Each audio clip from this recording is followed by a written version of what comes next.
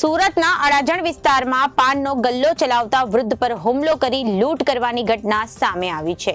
પોલીસે આ ઘટનામાં સંડોવાયેલા 2 આરોપીઓની ધરપકડ કરી છે અને કાયદેસરની કાર્યવાહી હાથ ધરી છે. લૂંટારુઓએ વૃદ્ધા પર હથોડીથી ઘા ઝીકી મંગલસૂત્રની લૂંટ કરી હતી. આ અંગે મળતી માહિતી પ્રમાણે સુરતના અડાજણ વિસ્તારમાં તારીખ 2/6/2024 ના રોજ ટીજીબી હોટલની ગલીમાં એસએમસી આવાસ બિલ્ડિંગ સામે ગલ્લો ચલાવતા એક વૃદ્ધ મહિલા સાથે લૂંટની ઘટના બની હતી. વેપારીઓએ વૃદ્ધ મહિલાને છાતીના ભાગે હથોડીના ઘા ઝીકી ગળામાં પહેરેલ મંગલસૂત્રની લૂંટ કરી હતી અને ગલ્લામાં તોડફોડ કરી હતી. ઘટના અંગે વૃદ્ધાએ અડાજણ પોલીસ મથકમાં ફરિયાદ નોંધાવતા પોલીસે આરોપીને પકડવાના ચક્રો ગતિમાન કર્યા હતા.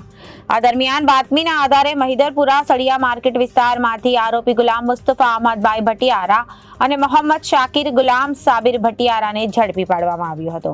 આ બંને આરોપીઓએ તેના શાગીર જયેશ ગુર્જર અને ભદ્રેશ કહાર સાથે મળીને લૂંટની ઘટનાને અંજામ આપ્યો હતો. હાલ તો પોલીસે ગુલામ મુસ્તફા અને મોહમ્મદ શાકિર ગુલામ સાબિર ભટિયારાની ધરપકડ કરી છે અને કાયદેસરની કાર્યવાહી હાથ ધરી છે.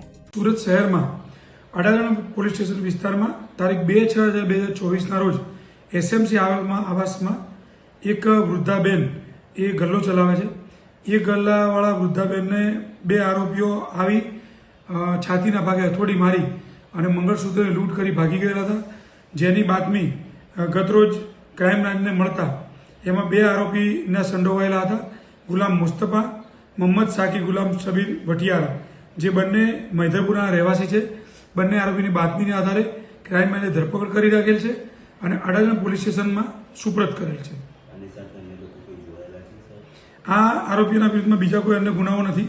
પ્રથમ ગુનાઓ છે. એમની જરૂરિયાતના કારણે એ લોકોએ આ લૂંટ કરેલી હતી.